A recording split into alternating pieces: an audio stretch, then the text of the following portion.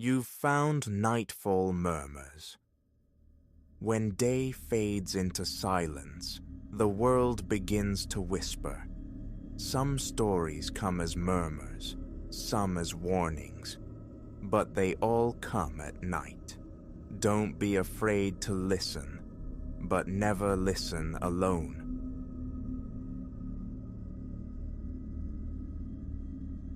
He registered, the first time, as little more than a flicker at the periphery, background motion.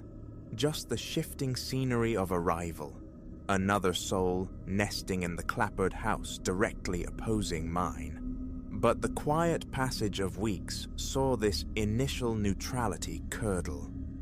A disquiet bloomed concerning Silas Thorne, a feeling tenacious and ill-defined, like a phantom scent on the air.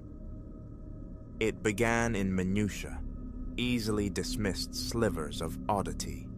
The almost ceremonial timing of his lawn watering, the sprinklers hissing their arcs across immaculate turf, precisely as my car reversed down the drive for work, his uncanny awareness of my rhythms, murmured observations dropped like pebbles into the pond of our brief sidewalk exchanges. Home a bit sooner today, Alara? Or trust the Saturday run invigorated you? Routines I held no memory of sharing. Initially, I painted it with the brush of neighborly interest, perhaps tinged with the solitude of a man settling into unfamiliar territory, apparently alone. Then materialized the offerings.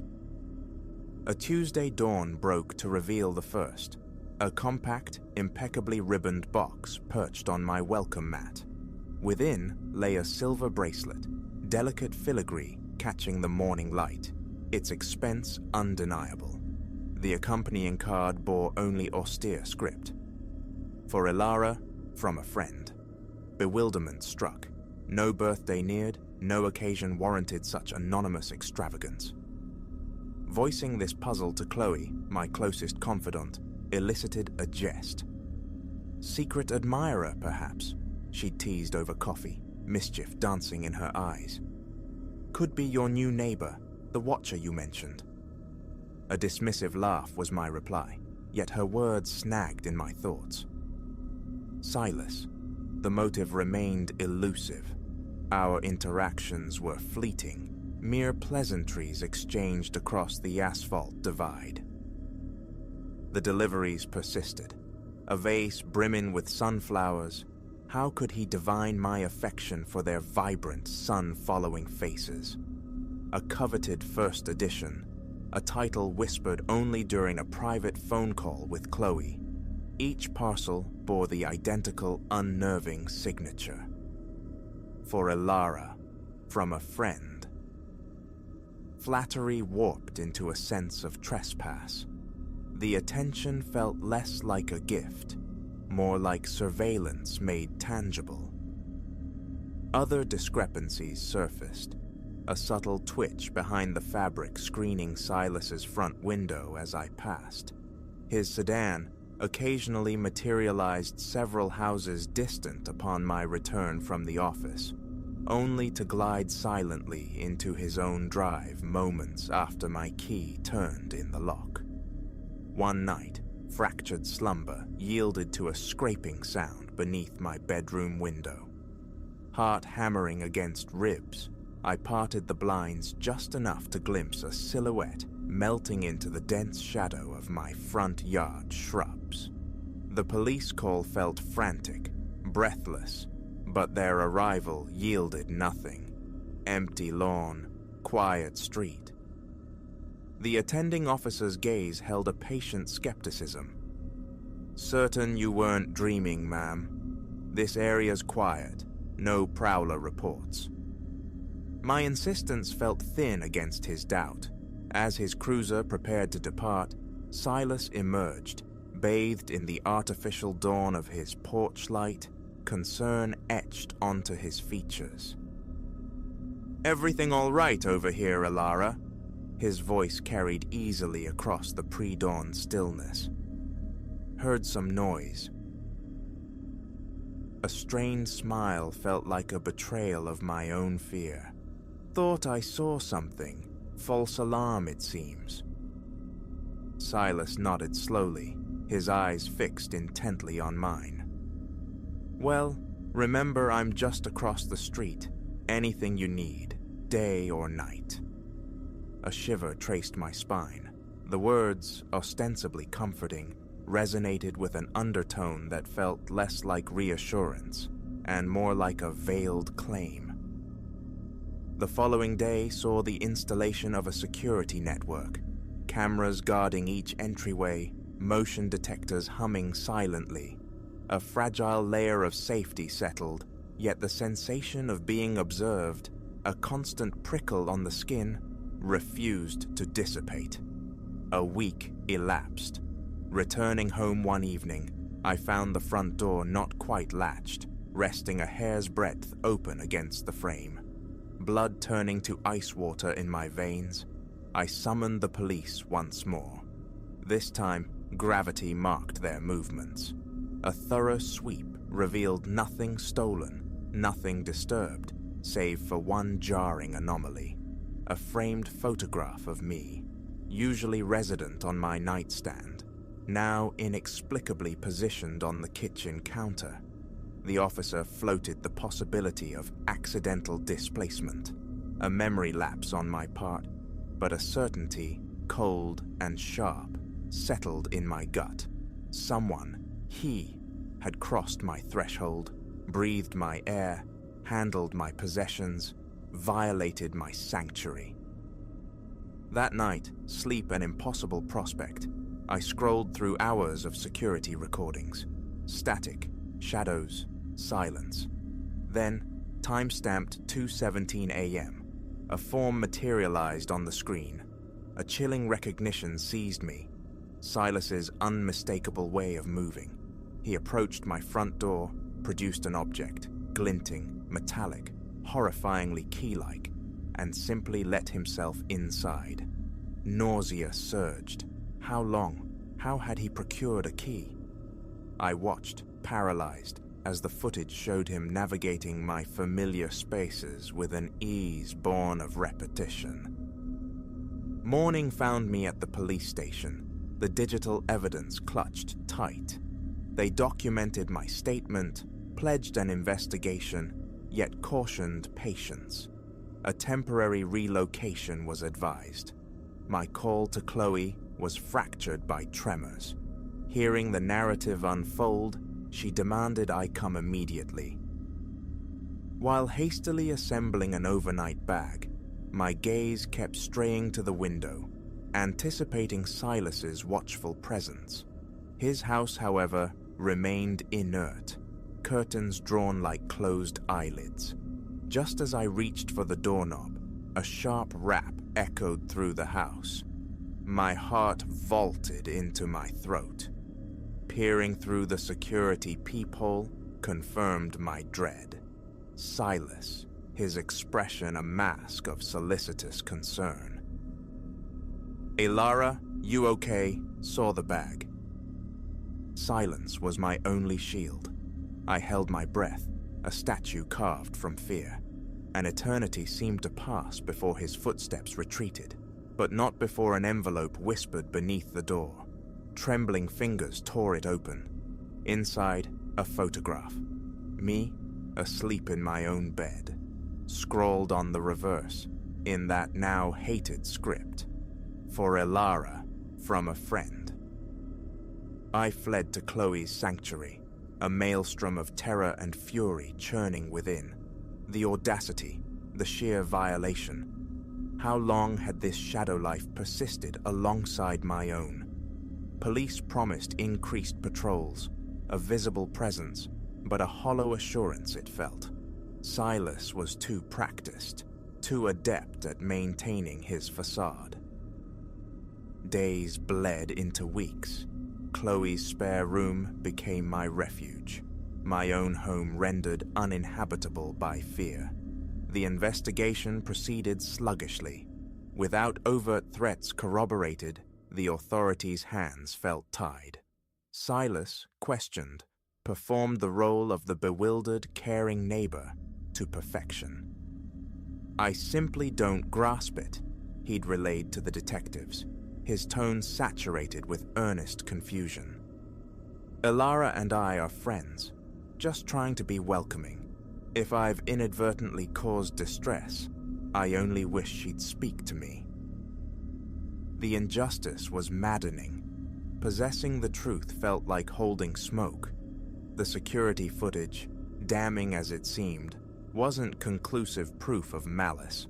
Silas countered that I'd entrusted him with a key for emergencies, his word against mine, absent irrefutable contradiction. My existence fractured. Home was inaccessible, work impossible, sleep haunted by spectral intrusions. Every phone chime, every notification alert sent jolts of panic through me. Was it him? Then, abruptly, the pattern shattered. I surfaced from sleep to Chloe, shaking my shoulder, her face stark white in the gloom. "Ilara, wake up! Someone's at the door, trying to get in." Adrenaline surged, instantly banishing sleep's residue. We heard it clearly, the metallic scrape and fumble at the front door lock. Chloe reached for her phone, poised to dial 911, but a sudden, risky impulse made me halt her. "Wait," I whispered, the idea forming even as I spoke. Foolhardy, perhaps, reckless even, but the exhaustion of constant fear, of ceding control to Silas, solidified into resolve. It was time to invert the dynamic. We extinguished every light, melting into the deepest shadows of Chloe's living room. Seconds later, the distinct click of the front door opening, then closing with practiced softness. Footsteps advanced, cautious yet carrying that chillingly familiar cadence. My pulse thundered, a frantic drumbeat threatening exposure, but I clamped down on the panic, adhering to our whispered plan. The bedroom door eased open. A flashlight beam sliced through the darkness, sweeping the room, finally settling on the empty indentation on the bed where I should have been. A sharp, audible inhalation, then hurried steps toward the vacant space. That was our cue. Chloe slammed the light switch as I erupted from concealment. Pepper spray aimed. Silas whirled, his eyes widening first in shock, then morphing into something terrifyingly ecstatic, a manic gleam that froze my blood. "Ilara," he breathed, a slow, possessive smile unfurling. "I knew you'd come around. I knew you felt it too." "The only thing I feel is revulsion," I spat back, my thumb white-knuckled on the spray canister. "You're unwell, Silas. You need professional help." His expression instantly hardened. "You don't mean that. We belong together. I've watched over you, kept you safe. Everything was for you." He lunged forward. Instinct took over. A blinding stream hit him square in the face. A strangled howl tore from his throat as he clawed frantically at his burning eyes. Chloe was already relaying coordinates to the dispatcher. Within moments, the approaching wail of sirens split the night air. Silas, collapsed and writhing, began to sob. "I just wanted your love," he choked out between gasps. "Why couldn't you just love me?" When the uniformed officers burst through the door, a profound wave of liberation washed through me. It was finished. Utterly, finally, irrevocably finished. The aftermath unfolded in a haze of official statements and courtroom proceedings. Silas faced a litany of charges: stalking, burglary, harassment.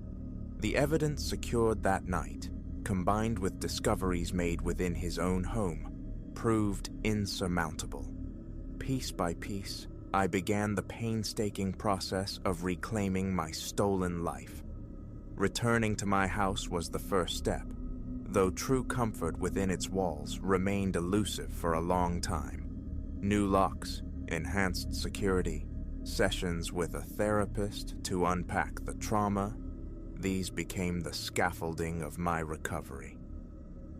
Months drifted by. One tranquil summer evening, perched on my own front porch, watching the sky bleed into hues of fire and rose, a realization dawned. For the first time in what felt like an age, my gaze wasn't scanning the periphery. No phantom sound sent me jumping. I was simply present, breathing the evening air. The scar Silas inflicted would remain, indelible marks on my psyche. A heightened caution, an awareness of the darkness that can mask itself in neighborly smiles. These were now part of my fabric. But fear would no longer be my master. I had endured. I had emerged stronger. I was unbound. As the last sliver of sun dipped below the horizon, a quiet smile touched my lips. Silas had sought ownership, control, sought to fold my existence into his distorted narrative. But ultimately, the only person I truly belonged to was myself, and that sovereignty was inviolable, something no one could ever confiscate.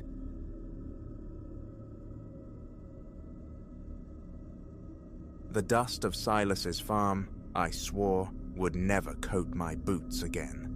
That soil held only bitter harvests, echoes of his bellowing rage, the ghost of Eleanor's surrendered quietude, the phantom ache of boyhood labors devoured by the sun. Yet his passing last month chained me to the inheritance. A bank demanded reckoning on the mortgage. 3 decades of detritus awaited judgment and disposal. Thus, I returned to the place I'd fled, the air thick with silence and the scent of decay. Trouble found me on the 3rd evening, nursing a beer on the sagging porch steps, the crickets soaring at the twilight, my gaze snagged on a flicker at the wood's ragged edge, 50 yards distant where our land bled into timber. Pallor moved in the thickening gloom. A deer, I assumed. The woods teemed with them, spectral shapes in the gloaming. But squinting, a knot formed beneath my ribs, cold and tight. The silhouette defied nature. Too erect, too lean. Humanoid, perhaps, but distorted, impossibly tall. It stood frozen, bowed slightly, stark alabaster against the deepening verdure. I fumbled for the torch I'd been using against the house's intermittent power, its beam unreliable. By the time its weak light stabbed the darkness, only trees and deepening shadows remained, whispering amongst themselves. A trick of the failing light, I reasoned, my own weariness conjuring phantoms from the familiar woods. Still, the bolt slid home on every door that night.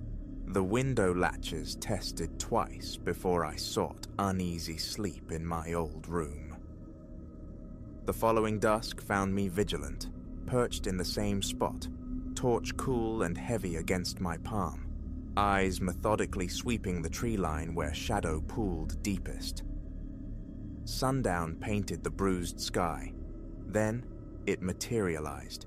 The identical pallid form, motionless between 2 colossal oaks, a stark cutout against the gloom. This time, the torch was swift. Its beam sliced the air, striking the precise location. Void. Emptiness where the presence had stood, scant seconds before. A tremor ran through my hand as I raked the light across the tangled undergrowth, the beam faltering. Beyond 30 feet, the woods drank the illumination, leaving impenetrable black. Gone, if it had ever truly been there. leaving only the thrumming of my own pulse in the sudden quiet. Daylight hours were spent wrestling down absurdity, stress over Silas's chaotic legacy, fractured sleep in my childhood bed, fertile ground for delusion surely, yet a cold certainty coiled in my stomach, insistent and undeniable. That evening, I retreated indoors, a sentinel behind the grimy kitchen window. The house plunged into darkness for better viewing. It manifested with the sunset's final breath, punctual as dread itself. Closer now, 40 yards perhaps, standing brazenly at the edge of the uncut grass. The dwindling light surrendered more horrifying detail. Its geometry was flawed, limbs elongated unnaturally, arms dangling obscenely low, well past where knees should be, the neck canted at an impossible, broken angle. A faint oscillation stirred it, like reeds in a phantom current, though the night air hung utterly still, heavy and expectant. My fingers trembled, clumsy on the torch switch. The beam lanced the gloaming. Again the figure evaporated, the microsecond light grazed its space. I held the beam steady, lungs laboring, pulse hammering a frantic rhythm against my ribs. Minutes stretched taut as wire. Nothing stirred. Then, there, 10 feet to the port side of my focus, rematerialized. I wrenched the light towards it. It winked out. But this time, I glimpsed its departure. Not flight, not retreat, but a bizarre, lateral scuttling, swift and low, like some disturbed crustacean vanishing into sand. Primal terror, cold and sharp, pierced me through. The blinds clattered down, a final, flimsy shield. I spent the remainder of the night entombed on the threadbare sofa, every bulb in the house, waging futile war against the encompassing dark outside. Morning brought a reluctant call to the county constabulary.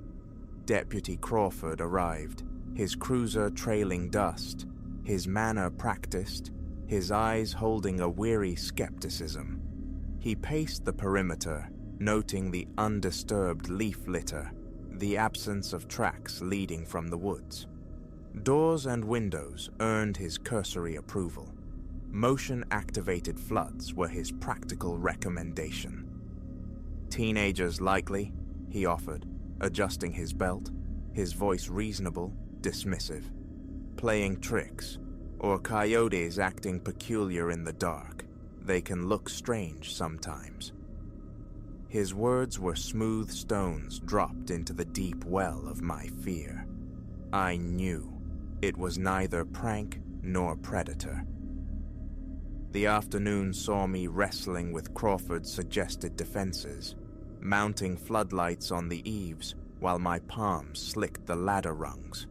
2 heavier torches joined my arsenal, their batteries potent and fresh.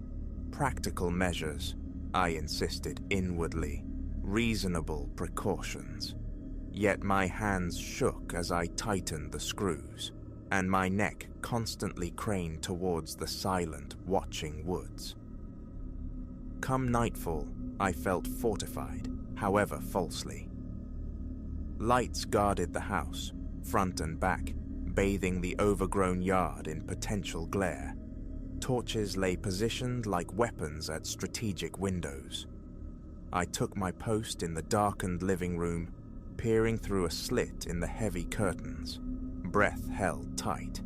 It arrived with the death of the light, punctual as a phantom limb's ache. 30 yards now, close enough for the anticipated floodlights to paint it clear, expose it, close enough to discern the skin's texture, not merely pale, but the slick grey-white of spoiled meat, stretched taut over an impossible frame. Arms, impossibly long, dangled past its knees, terminating in skeletal, spider-like fingers. The head lolled sideways, perched precariously on that twisted stalk of neck.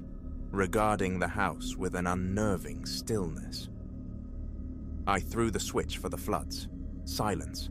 Darkness persisted. Absolute. Again. Nothing. The new lights remained stubbornly inert. I snatched the nearest torch, the heavy-duty one. A feeble click, no answering beam. Dead. The batteries, hours old, utterly drained. Out in the yard, the figure lurched forward a step, then another. Its locomotion was disjointed, puppet-like, a marionette with tangled invisible strings. Scrabbling for the second new torch, this one flared to life, a welcome shock of light. I thrust its beam through the window, gone as ever, upon illumination. I held the light there, sweeping the empty space, heart hammering. Scritch. A sound at the window pane behind me, sharp and close. I spun, heart seizing, torch beam wavering. Empty night pressed against the glass, turning back to the front window. A face, pressed flat against the pane, inches from my own terrified reflection. Pallid flesh pulled taut, vast obsidian eyes, vacant and depthless as wells. A mouth like a wound, a lipless fissure stretching impossibly wide from ear to ear. A half-second glimpse, imprinted forever, before it dissolved back into the night. I bolted, scrambling up the familiar stairs to my old room, slamming the door, fumbling the lock until it clicked shut. I wedged myself into the farthest corner, torch beam fixed on the flimsy barrier, listening, every nerve alight. The house below whispered with intrusion, faint, skitter-scratch. Sounds from within the walls, the almost inaudible press of footfalls ascending the staircase, a delicate, persistent scraping against my bedroom door, questing. Dawn eventually seeped under the door, thin and grey, chasing the shadows. With its tentative arrival, the subtle disturbances ceased. An hour I waited, nerves frayed raw, before daring to emerge into the strained silence. The house stood empty, undisturbed. No trace, no mark upon window or door, no print upon the dew-kissed lawn to prove the night's horrors. My bags were packed with frantic haste. A call to a realtor. Sell it as it stands. Let the bank and the inheritors of junk contend with Silas's haunted legacy. Tossing the last bag into the car trunk, some dreadful compulsion made me glance back towards the woods, one final time. It stood there, between two ancient trees, sharp and clear in the indifferent morning sun. One grotesque, elongated arm lifted slowly, a gesture that might have been acknowledgement or summons or threat. Its face cleaved into that dreadful, lipless rictus. The engine roared. Gravel spat beneath the tires as I fled. 2 weeks have bled away since that flight. I inhabit a sterile city apartment now, striving to bury the memory beneath concrete and the ceaseless urban noise. Yet nightly rituals persist, scanning the shadowed corners before sleep, peering from my third-floor window as twilight bleeds across the indifferent cityscape. Sometimes, between the stark lines of opposing buildings, a flicker of pallor catches my eye. A shape too tall, too thin, something with limbs that hang too low and a head canted wrong. Closer, always seeming closer. A torch rests on my nightstand, a useless talisman now. I suspect the light never banished it, merely obscured its approach, made the darkness seem safe. Last night, a faint skittering at the window pane, high above the street. Empty darkness met my gaze. But this morning, etched into the glass, 3 stories above the unheeding pavement, fine, deep scratches, long, thin lines, impossibly placed, and the torch beside my bed, inert, its new batteries drained lifeless, cold. Its nature, its desires, unknowable, but it has followed. It is patient. Soon, the light will offer no refuge at all. Soon, I will look towards the glass and find that malformed visage waiting, the lipless tear of its mouth stretched in dreadful greeting. There are no more doors to lock, no further heights to flee. I scrawl these words as testament, a final flare against the encroaching dark. Should you glimpse a peripheral pallor, a flicker at vision's edge, avert your eyes. Forget torches, forget locks, flee. Though escape feels improbable now, once marked, the pursuit is relentless, patient, inevitable. Night by night, closer it draws, and the dark finds everyone in the end. The scratching returns, louder now, insistent at the glass. Sunset paints the window blood red. The torch is cold stone in my hand. It is here.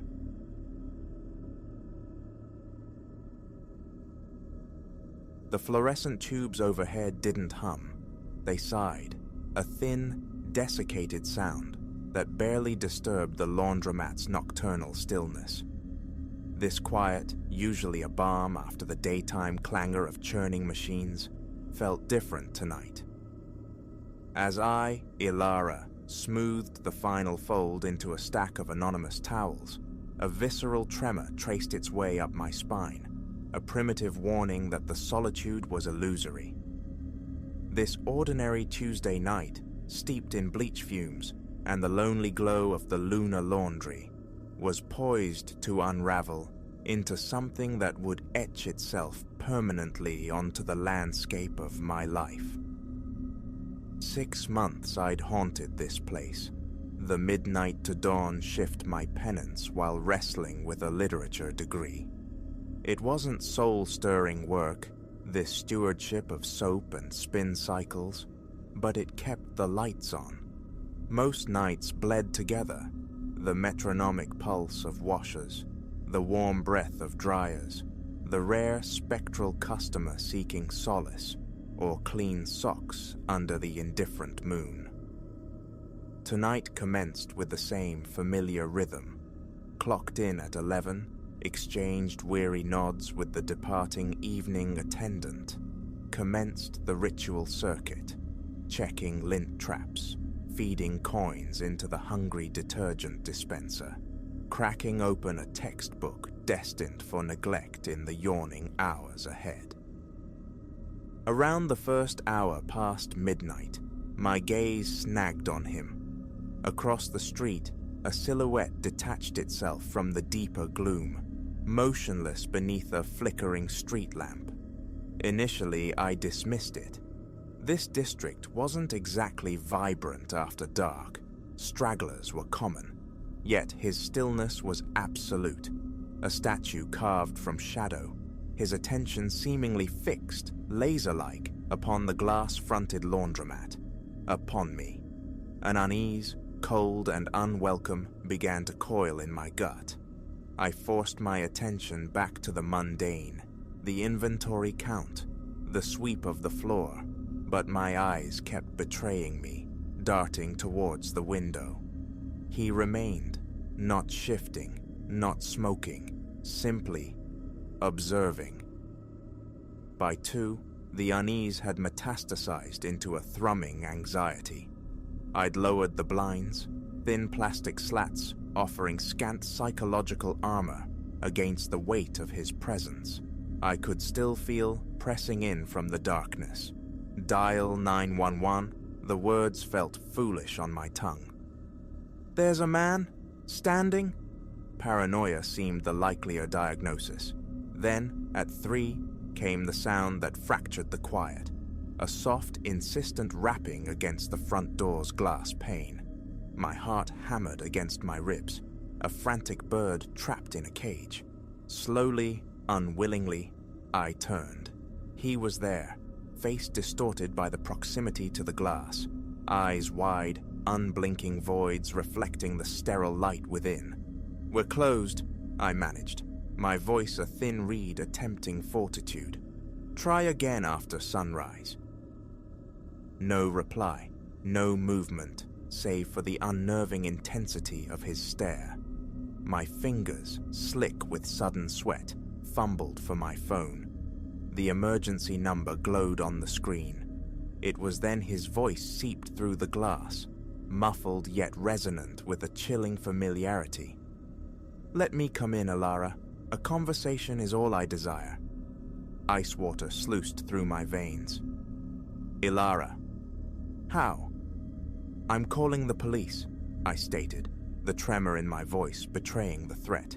His expression remained impassive, but his next words were shards of glass aimed at my core. "Ah, Ilara. A poor choice, especially if you value your mother's peaceful rest in that facility over on Elmwood." My breath hitched. My mother, her fragility, her location. How could this stranger possess such knowledge? "What is it you want?" The question was ragged, stripped bare of defiance. "I told you to talk. Just open the door, Ilara." Every nerve ending screamed danger, a klaxon of self-preservation, but the implicit threat aimed at my mother was a lever that bypassed all reason. My hand, betraying me with its shaking, turned the lock. He flowed inside, less a man walking than a shadow, detaching itself from the night, his movements possessing an unsettling grace. Closer now, I saw the lines etched around his eyes, the salt dusting his dark hair, perhaps 50 years weathered. His eyes, though, seemed ageless, piercing. "There now," he murmured, the sound smooth, unnervingly calm. "That wasn't so arduous, was it? Shall we sit?" I retreated instinctively, my hip colliding sharply with a folding table laden with someone else's forgotten warmth. "Who are you? What do you want from me?" A smile touched his lips, but failed to ignite any warmth in his gaze. "My identity is inconsequential. What I want, that is a more intricate matter." Over the next hour, a horrifying tapestry unfurled. He spoke of my life, my past, my whispered hopes, details no phantom observer should possess. The name of the boy who'd given me my first awkward kiss behind the bleachers. The specific tree branch that had snapped under my 9-year-old weight, sending me plummeting to a broken arm. The recurring dream I'd never shared. With each intimate revelation, the terror solidified, becoming a cold, heavy stone in my chest. This wasn't random. He had curated me, studied me, dissected my existence from afar. "Why?" The word escaped, barely audible. "Why fixate on me?" In the stark fluorescence, his eyes seemed to gather the light, holding it within like captured stars. "Because you, Ilara, are exceptional. You possess something I require." Before the question, "What?" could form, he moved with startling celerity. The space between us vanished. A hand, surprisingly strong, clamped onto my arm. A sharp, stinging prick. Then the world tilted, colors blurring at the edges, sounds receding down a long tunnel. "Don't resist," his voice echoed, distant, distorted. "It will be concluded shortly." Consciousness returned like surfacing from deep, cold water, heralded by a pounding ache behind my eyes. Darkness pressed in, thick and absolute. As my vision swam into focus, shapes emerged. Damp stone walls, the glint of moisture, the undeniable smell of earth and decay. A basement. Panic surged, hot and suffocating, as I strained against restraints. Rope bit into my wrists and ankles, securing me to the frigid concrete floor whose rough texture scraped my cheek. "Ah, awake!" The voice slithered from the shadows nearby, causing me to flinch violently. "Excellent. We may commence." "Commence what?" My voice was a dry rasp. "What do you want?" He stepped into the weak pool of light filtering from somewhere above, and the object in his hand gleamed with a sinister, dull purpose. A knife. I explained, Ilara. You possess something necessary, something unique. As he advanced, I saw the change in his eyes. No longer just cold, they held an unnerving internal luminescence, a faint, predatory glow. This wasn't real, a stress-induced nightmare, but the biting pressure of the blade against the skin of my forearm screamed otherwise.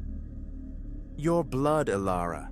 It carries a distinction, a rarity, and it will facilitate my ascension." A scream tore from my throat as the blade sliced, the sound swallowed by the oppressive confines of the cellar. Yet, even through the searing pain and terror, a spark of defiance ignited. I hadn't navigated the treacherous currents of late-night city life, only to be extinguished in some lunatic's subterranean lair. He leaned closer, momentarily engrossed by the crimson welling from the wound. It was my only chance. Summoning every ounce of strength, I snapped my head upward, connecting solidly with his face. A grunt of pain, a curse, and he stumbled back, the knife skittering across the concrete. Ignoring the fire in my arm, I writhed, rolled, my bound hands scrabbling until they closed around the cool metal hilt. Awkwardly, frantically, I began sawing at the ropes binding my wrists. He was recovering, rising, but the fibers parted just as he lunged. I was free, armed. "You cannot comprehend," he snarled, blood streaming from his shattered nose, his voice thick with fury. "This process is immutable. It has begun." I didn't wait for elucidation. I slashed wildly with the knife, connecting with his chest. He roared, a sound less of pain than outraged pride, and grappled with me. We tumbled across the floor, a desperate tangle of limbs. His strength was considerable, but mine was fueled by the primal terror of imminent extinction. In the chaotic struggle, the knife found a home, sinking deep into his shoulder. He staggered back, his expression one of bewildered shock more than agony. And then I saw it, the blood seeping from his wound. It wasn't red, it was a viscous midnight black, glistening like oil, seeming to writhe with a life entirely its own. His momentary paralysis was my salvation. I scrambled towards the crude wooden stairs I'd glimpsed earlier, taking them 2, 3 at a time, the frantic thudding of my own heart deafening. Behind me, heavy footsteps pounded in pursuit. I burst through a doorway into the skeletal remains of a house, moonlight lancing through shattered window panes and illuminating swirling dust motes. The front door beckoned. Praying it wasn't barred, I threw myself at it. The cool night air struck my face like a physical blow as I spilled onto an overgrown, neglected lawn. Unknown territory, but far off, pinpricks of light promised civilization, safety. I ran, faster than I knew I could, the sharp protest of my bare feet on unseen debris ignored. I didn't dare look back, didn't pause until the garish, welcoming glow of a gas station materialized ahead. I burst through the door, a wild apparition, streaked with blood and dirt. The attendant's eyes widened in alarm. "Police!" I gasped, collapsing against the counter. "Call them, please." The ensuing hours dissolved into a maelstrom of flashing lights, sterile hospital corridors, and questions I struggled to answer coherently. They located the derelict house, its basement a disturbing laboratory, filled with arcane apparatus and jars containing that dark, viscous fluid I fought not to remember. Of the man, there was no trace, just evidence of my struggle and his unusual blood type, they called it. Baffled, I was lucky, they said. A survivor of a predator who had stalked the city's fringes. But their explanations felt hollow. They hadn't seen the impossible black blood, the predatory light in his eyes. I left the lunar laundry, left that city entirely. Yet the feeling clings to me like a shroud. It isn't finished.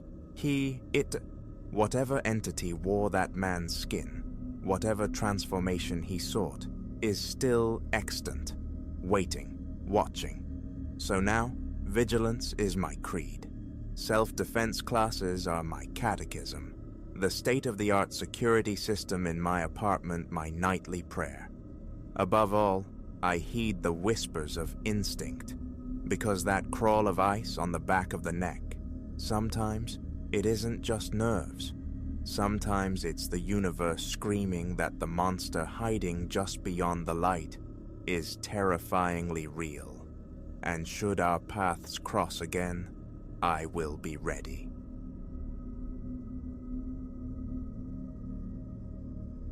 Dusk bled into the late afternoon sky when I limped into the hamlet's embrace. Emptiness reigned. Not a soul stirred upon the winding track that served as its main artery. Stone husks, the houses stood sentinel, their facades weathered, some bearing ancient wooden doors like closed mouths, heavy shutters drawn tight against the world. No automobiles marred the quiet. No electric lamps promised solace against the encroaching night. The air, sharp and thin, carried the chill of the looming hills, whose dark shoulders hunched protectively behind the dwellings. Fatigue was a leaden cloak upon my shoulders. My meager pack held little more than spare garments, a torch, and the last dregs of water. Shelter was not merely desired, it was essential. My gaze settled on a structure that seemed particularly forsaken. Its masonry was rough-hewn, primitive, punctuated by a diminutive timber door. The windows, recessed deep within the thick walls, held panes of warped, imperfect glass. Hesitantly, I tested the door. It yielded with a low groan, releasing a breath of damp stone and long-settled dust. A single chamber constituted the ground floor, sparsely furnished with a crude table, a solitary chair, and the cold maw of a small hearth. A constricted stairwell spiraled upwards. Ascending, the wooden treads complained under my weight, each step a distinct protest in the silence. The upper room offered a bed frame bearing a thin pallet, a squat wooden coffer, and a window framing the desolate heave of the hills beyond. A simple latch secured the door. The floorboards beneath my boots were uneven, warped by time and damp, creaking a discordant tune with every movement. A quick inspection confirmed the mattress was passably dry. I deposited my pack and its contents onto the coffer, resolving to rest here but a single night before resuming my journey at first light. As the sun relinquished its hold on the horizon, a wind began to keen, insinuating itself through unseen crevices in the window frame, lowering the room's temperature degree by frigid degree. I perched on the edge of the bed, peering out. Moonlight, sharp and crystalline, etched the contours of the land in silver and shadow. Near a cluster of derelict houses, dark figures materialized, stationary, like ill-omened statuary. I watched them, straining to discern features, clothing, any sign of life or intent. Nothing. They were ciphers against the gloom. After a time, unnerved, I tore my gaze away, fixing it on the rough plaster of the interior wall. When I dared to look back, the space they had occupied was vacant. Night fell absolute. The chamber plunged into profound darkness. Igniting my torch, its beam sliced through the black. I checked the door's latch, a simple mechanism, yet seemingly robust. Outside, the wind escalated its assault, rattling the window pane in its frame, the wood groaning under the pressure, as if threatening to splinter. For a sliver more security, I wedged the room's lone chair beneath the handle. A prickling disquietude settled over me. The silence was wrong, devoid of the expected village sounds. Voices, footfalls, only the relentless soughing of the wind. Then, a new sound drifted from beyond the glass. Not speech, but a low, resonant hum, barely perceptible. Extinguishing the torch, I crept to the window. Silhouettes swayed against the moon-washed landscape. Several of them. Their limbs stirred in a languid, coordinated rhythm. Compelled, I leaned closer, seeking definition, and saw their eyes. Orbs of flat, uniform white, devoid of pupil or iris, fixed unerringly upon my vantage point. I recoiled, breath catching, heart hammering against my ribs. My fingers clenched the gritty sill. A deep breath did little to steady me. No words reached my ears, yet the air itself seemed to thrum with an unheard chant, a vibration rather than a sound, formless and deeply unsettling. The wind hammered the window anew. The glass shivered violently. Would it hold? My attention shifted downwards. The floorboards, ancient and uneven. Was that a sensation beneath my feet? A faint scraping, a furtive scratching. I knelt, pressing my ear to the rough wood. The sound was subtle, yet undeniable. Something slithered, dragged itself across the unseen space below. A rodent, perhaps? No, the noise possessed a weight, a deliberate quality that belied vermin. Rising slowly, I glanced at the door. The chair remained steadfast. The latch held. Opening it felt unthinkable. What waited in the Stygian passage beyond? My torch beam interrogated the room's corners. Bare stone walls offered no comfort. The coffer at the bed's foot appeared solid. Lifting the lid, revealed a neatly folded blanket and a small tin box, empty. I spread the blanket over the thin mattress, a futile gesture against the pervasive chill and rising fear. I strained my senses. Outside, the wind's howl, the pervasive sub-audible hum that waxed and waned without ever resolving into language. Inside, the timber frame of the house, settling and groaning, the bed itself trembling almost imperceptibly, a tremor originating from below, transmitted through the very floor. My hand on the bedstead confirmed the vibration. Pushing aside a corner of the threadbare rug, revealed a board looser than its neighbors. I tested it with my weight. It resisted, groaning slightly. Pulling harder, risked noise I could not afford.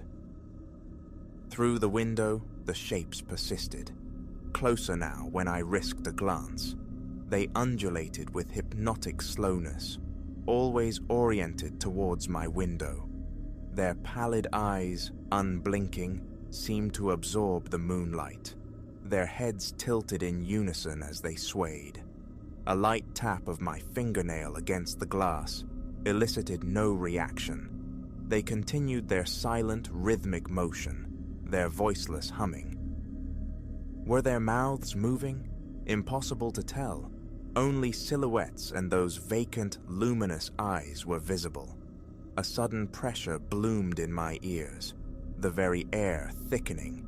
Simultaneously, the sound beneath the floor intensified, a distinct scraping accompanied by a low, grinding noise. I retreated instinctively, pressing myself against the cold stone wall, clutching the torch like a talisman, its beam directed at the floor. The boards visibly quivered. Fine streams of dust sifted upwards from the cracks between them. My pulse roared in my ears. Escape beckoned, yet the path was fraught. Were those figures also lurking near the downstairs entrance? Quietly, I approached the room's door, placing my ear against the wood. Silence from the landing. Carefully, I eased back the chair, lifted the latch. The door opened onto sheer blackness. The stairwell descended into an abyss. Holding the torch low, its beam catching dust motes dancing in the stagnant air, I descended, each step on the uneven treads, a potential betrayal. The ground floor room was colder still, empty save for the table and chair, stark in the torchlight. The fireplace remained a black void. I moved to the exterior door, the one that promised freedom. Closed. I tried the handle, immovable. I threw my shoulder against it. Solid. The torch beam revealed the source. The seams around the door were choked, sealed with a substance resembling hardened clay or dried mud. My fingernails scrabbled uselessly against its obdurate surface. I lacked any tool to pry or chip it away. Trapped. A sharp crack echoed from upstairs, wood splintering. I scrambled back up the protesting stairs, bursting into the upper room. The loose floorboard had buckled upwards, creating a distinct gap. Something was exerting pressure from beneath. A lever of wood, or something else entirely. I thrust the torch beam into the opening. Darkness swirled, and for a fleeting instant, something pale and indistinct recoiled from the light. I staggered back, keeping the light trained on the gap, my hand trembling violently. My mouth was parchment dry. A shuffling noise resumed beneath the floor, now moving towards the wall, tracing the perimeter of the room with scrapes and taps. With a surge of desperate strength, I dragged the heavy wooden coffer over the compromised board. The grating sound it made was horrifyingly loud in the charged silence. I froze, listening. The subterranean movement paused, then recommenced, a relentless scraping just beyond the room's edges. The humming outside swelled, or perhaps my perception of it sharpened, vibrating not just in the air but within my skull. Gripping the torch, I stared at the window. The silhouettes were practically flush against the stone wall now, their white eyes boring into the room's interior. No mouths moved, yet the humming felt louder, more insistent. I averted my gaze from those eyes. Their pallid glow felt invasive. The wind shrieked, and the window seemed poised to implode. A sudden, forceful jolt from below. The coffer slid an inch. I braced my foot against it, but it shifted again, protesting. Whatever resided beneath the floor possessed considerable strength. The floorboards groaned ominously. I scanned the room for additional weight. The bed was lighter, the chair insignificant. Leaving the room offered no solution. The sealed door below, the unknown state of other rooms or windows. The stone walls outside seemed to confirm the house was a meticulously prepared trap. Leaning onto the coffer with my full weight, I felt the vibrations travel up my arms, into my core. My heart pounded erratically. Breaths came in ragged gasps. Then, the tapping began. On the window. Soft at first, then bolder. Like skeletal fingers drumming on the glass. Tiny fractal cracks spider-webbed outwards from the points of impact. I instinctively shone the torch towards the sound. The shapes outside flinched, drawing back slightly, but they did not disperse. The tapping resumed, slow, deliberate, patient. Crack! The floorboard beneath the coffer finally gave way. I leapt back as the chest tilted precariously. A long, slender object snaked up through the gap, grayish, rough-textured, like a petrified limb or a gnarled piece of ancient wood. It twisted, scraping against the side of the coffer. Without thinking, I kicked out. My boot connected solidly. The object retracted instantly, vanishing below. A final scrape echoed as it retreated under the boards. I fought for breath, chest tight, sweat beading on my brow. The assault on the window renewed. A sharp impact, and a small shard of glass tinkled onto the floor inside. A tiny aperture now breached the barrier. Cold night air streamed in. Through the hole, a single, luminous white eye stared directly at me. I stumbled back, keeping the torch beam fixed on it. The figure outside recoiled from the light, momentarily retreating from the opening. The light. It was a deterrent. I kept the beam trained on the window, a fragile shield. Beneath my feet, the scraping shifted towards a corner. A dull thud, then silence from below. But the vigil was far from over. I stood frozen, torch aimed at the vulnerable window, listening.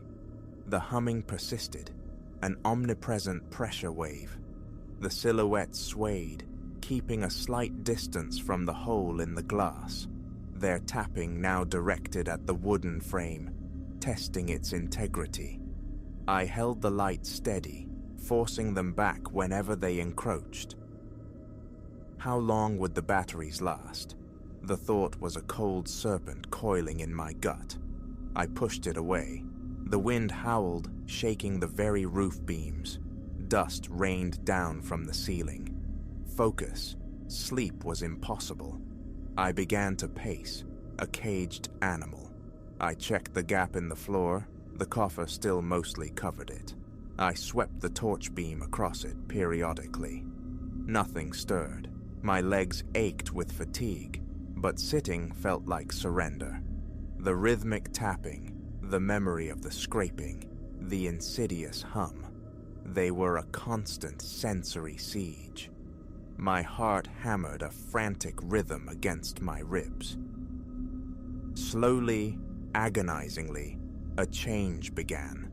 A subtle dilution of the profound blackness outside. The eastern sky was paling, grudgingly yielding to the promise of dawn. The wind, though still fierce, seemed less menacing. The silhouettes near the window drew back, melting into the deeper shadows clustered around the neighboring houses. Their humming faded, dissipating like mist. I watched them recede, their forms becoming indistinct, until the space outside my window was empty once more. The tapping ceased. From beneath the floor, one final faint scrape, then profound silence. I waited, torch beam still active, pointed at the floor gap. Nothing. Only the wind remained, whistling through the cracks, a natural sound now stripped of its former malice. Cautiously, I approached the window. The hamlet lay still under the nascent light, a collection of stone shells. The figures were gone. No eyes watched, no movement disturbed the quiet. Hope, fragile but insistent, spurred me towards the stairs. Downstairs, I attacked the seal around the door with renewed purpose. using a splintered leg from the chair as a makeshift chisel. Minutes of frantic scraping and chipping yielded progress. The hardened, mud-like substance crumbled. Finally, the latch yielded. I wrenched the door open. Cold, clean morning air rushed in. A blessed shock. The street was deserted, silent. No lurking shapes, no spectral eyes. I stepped out, leaving the house and its terrors behind me. Relief washed over me, potent and dizzying. I walked away quickly, purposefully not glancing back at the window with its broken pane, nor thinking of the violated floorboards within. I walked until the village was a receding collection of stones against the hills. No one saw me leave. It was just an old place, returned to its silent, stony slumber. I kept moving, resolute. Another night in that place was unthinkable.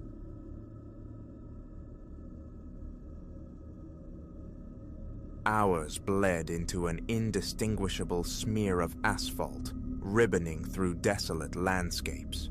My eyelids felt like sandpaper, the humming drone of the engine a monotonous lullaby threatening to pull me under. Home was a distant shore, and the needle on the fuel gauge, plummeting towards empty, was an unwelcome anchor. Escape seemed impossible without one last stop. Then, a flicker, hesitant and weak against the bruised twilight sky. A gas station, clinging precariously to the edge of the known world. A strange bloom of relief unfurled in my chest, immediately tangled with unease. The place had the distinct aura of somewhere forgotten, left to crumble under the indifferent gaze of the vast, empty fields surrounding it, punctuated only by skeletal trees clawing at the sky. I guided the car towards the solitary pump, a relic coated in rust blooms and flakes of forgotten paint, its nozzle worn smooth by countless indifferent hands. Killing the engine plunged the world into an unabating hush, profound and absolute. The air, thin and sharp, bit at my exposed skin as I stepped out. Silence pressed in, heavy as a shroud. With a tremor I couldn't suppress running through my hand, I wrestled the nozzle free and jammed it into the tank. The pump groaned to life, its rhythmic clicking counting out the seconds in the suffocating stillness. My gaze darted, scanning the periphery, the deep shadows pooling beneath the station's feeble lights. An irrational certainty grew. Something watched from the darkness, but there was only the wind sighing through the dead grass, and the slow, agonizing crawl of numbers on the meter. "Trouble there?" The voice materialized from the silence, smooth and low, startlingly close. I spun around, heart hammering against my ribs like a trapped bird. He stood just paces away, a specter conjured from the gloom.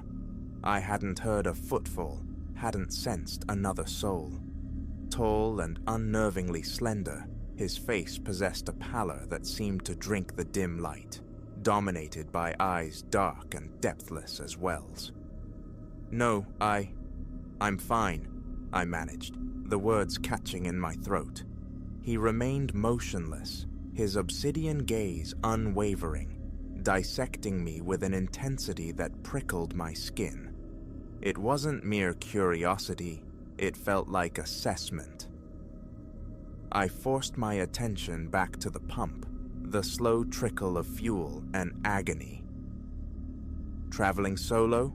he inquired, a subtle amusement coloring the quiet words. A brittle smile stretched my lips. "Just passing through." He offered a slow, deliberate nod, that unnerving stare never leaving my face. "Not many find their way here anymore," he murmured, more to the surrounding emptiness than to me. Silence stretched again, taut and expectant. Finally, the pump gave a decisive thunk. Relief surged, hot and urgent. I wrenched the nozzle free, slammed it back into its cradle, twisted the gas cap tight. Escape. That was the only imperative screaming in my mind. Get in the car, turn the key, drive. May your journey be unimpeded, he offered as I scrambled back behind the wheel, the tone soft, almost silken, yet laced with something that curdled my blood. I offered no reply. The engine roared to life, a welcome violence in the quiet. One last glance in the rearview mirror. He stood exactly where I'd left him, a stark silhouette against the station's weak glow, face unreadable, those dark eyes fixed on my departing vehicle. Gravel spat beneath the tires as I peeled out onto the highway, hands strangling the steering wheel, pulse frantic. Just some roadside eccentric, I told myself, clinging to the desolate fringes, a harmless creep. Yet the feeling of violation, of being marked, lingered like a cold shadow. The highway unspooled, a black vacant artery through the night. Miles dissolved behind me, the spectral gas station swallowed by the darkness. A fragile sense of safety began to knit itself back together, thread by tenuous thread. Then, twin lights bloomed in the rearview mirror, distant at first, but closing with predatory speed. A jolt, cold and sharp, shot through me. Coincidence. Just another traveler on this lonely stretch, but the lights gained relentlessly, swelling, burning brighter. My grip tightened, knuckles white. The vehicle slid into place directly behind mine, its proximity suffocating, headlights searing my mirrors, flooding the cabin with harsh, invasive brilliance. I squinted, trying to pierce the glare to see the driver, nothing but the hulking shape of the car, tailgating with aggressive intent. Then, the high beams erupted, blinding intermittent flashes that strobed the interior, disorienting me. My breath hitched. Through a momentary dip in the blinding light, a fraction of a second's clarity, I saw him. Pale face illuminated in the dashboard glow.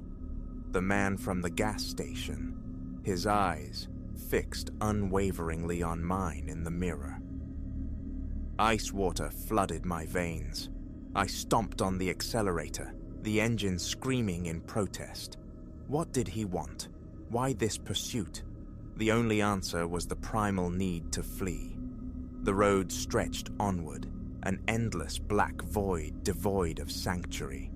The speedometer needle climbed, but he matched my pace effortlessly. A phantom tethered to my bumper, his headlights' twin accusations burning into the back of my skull.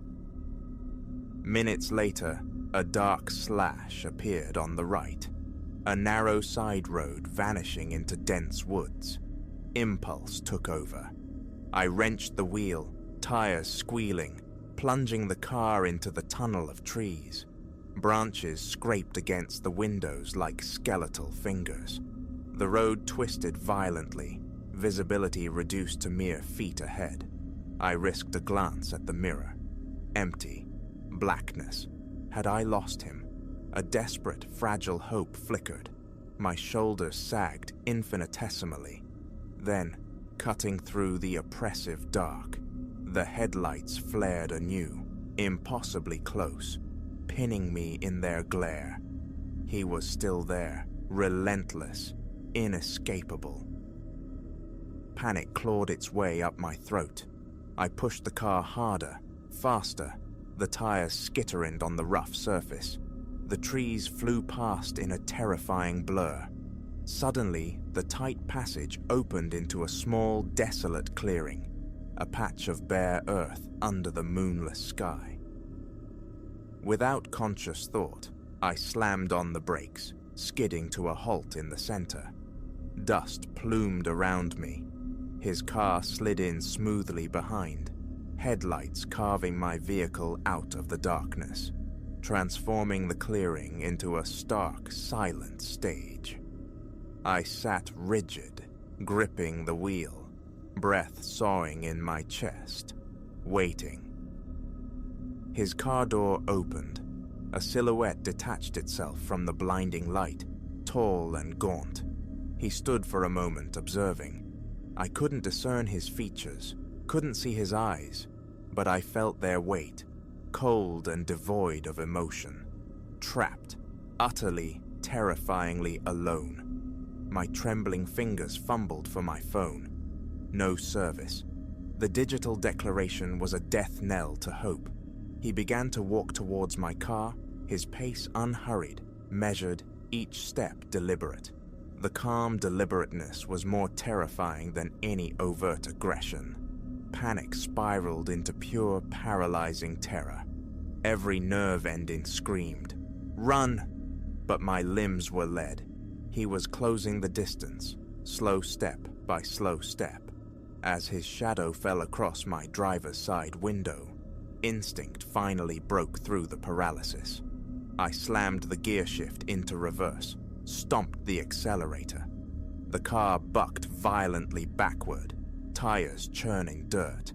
I spun the wheel, wrenching the car around, aiming blindly back towards the narrow road, away from the clearing, away from him. I didn't look back, not once.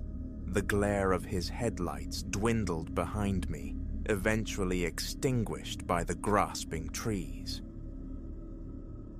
I drove, fueled by adrenaline and raw terror, pushing the car relentlessly through the darkness.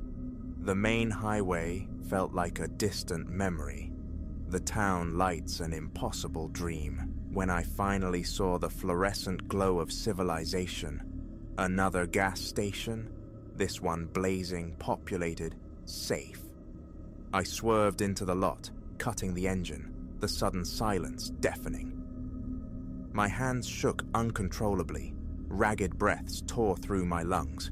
I scanned the brightly lit surroundings, the pumps, the storefront. Nothing. He wasn't there. He had vanished as completely as he had appeared. I sat there for a long time, the tremors slowly subsiding, trying to impose order on the chaos in my mind. But the image of those dark, watchful eyes remained, branded onto my memory. Who he was, what he wanted, I would never know. But the certainty lingered. I would never again tempt the desolation of a forgotten roadside stop after dark. Some silences aren't empty. They're waiting.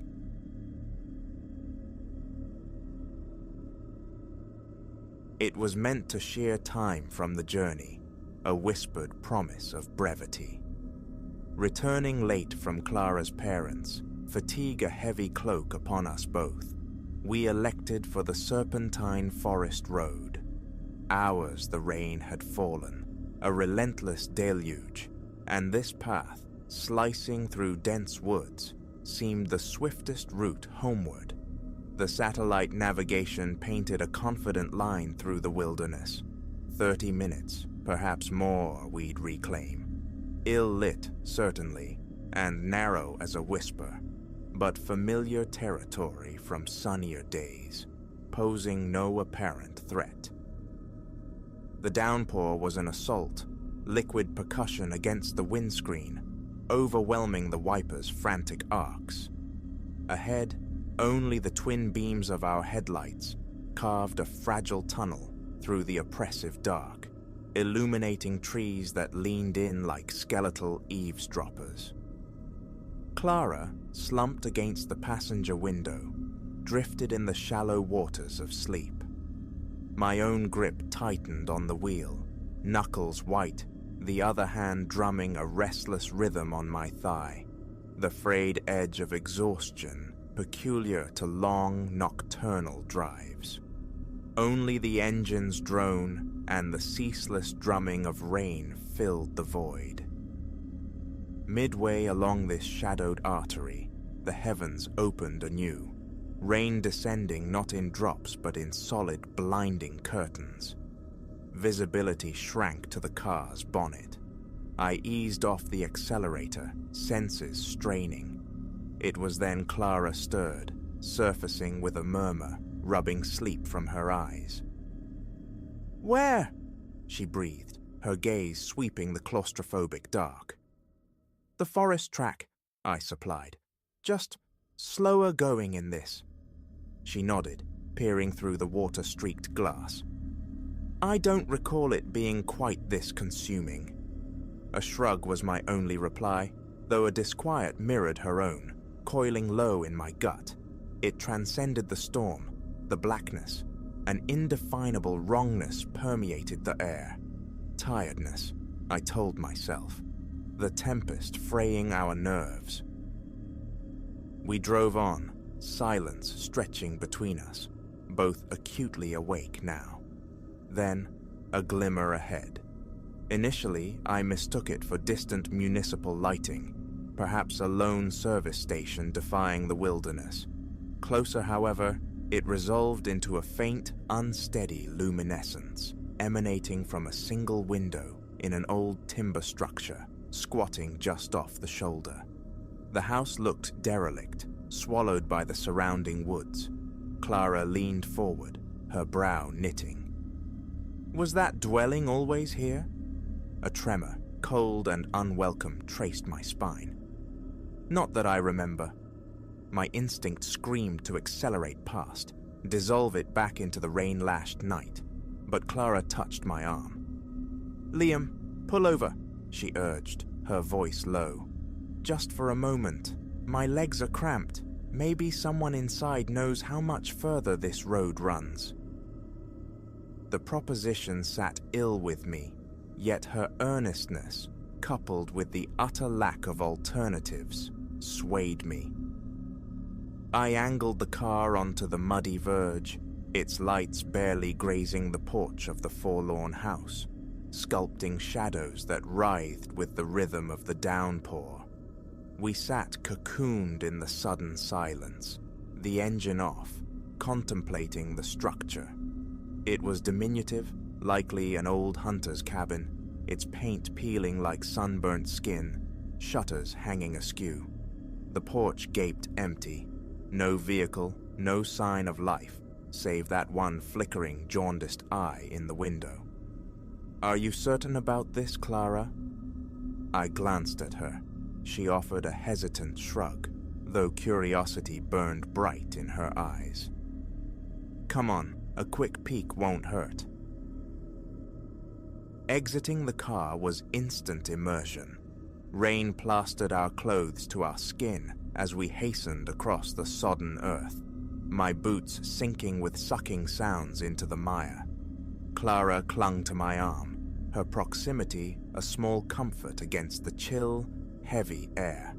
Sound seemed muffled here, swallowed by the deluge. We mounted the porch steps, ancient timbers groaning a protest beneath our weight. A backward glance towards the car, our small metal sanctuary, tugged at me, but Clara, already there, had her hand poised near the door handle. She knocked first, a tentative tap, barely audible above the storm. We waited. Silence answered. She knocked again, firmer this time. Still nothing. The fine hairs on my neck prickled. Dread settled, cold and heavy. I grasped her arm. "Clara, let's just leave. It's empty." She resisted, shaking her head, and pushed. The door yielded with a protracted groan, swinging inward to reveal a Stygian hallway.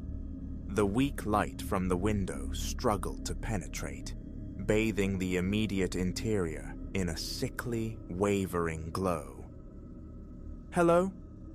Her call was thin, devoured by the vacant space. A step across the threshold assaulted us with a thick, musty odor, the breath of stale decay, of years undisturbed.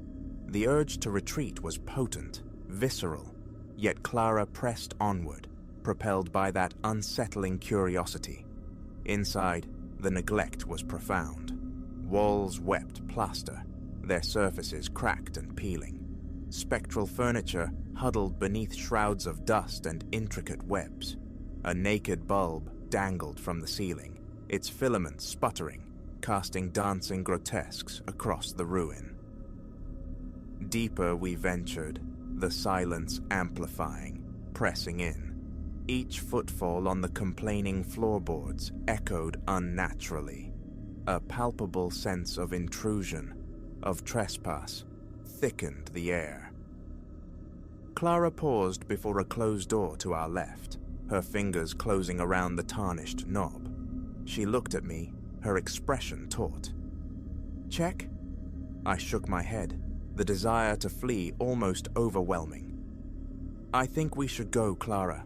This place, it feels wrong."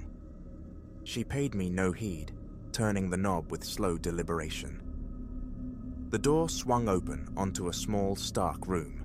An old table, flanked by 2 chairs, occupied the center.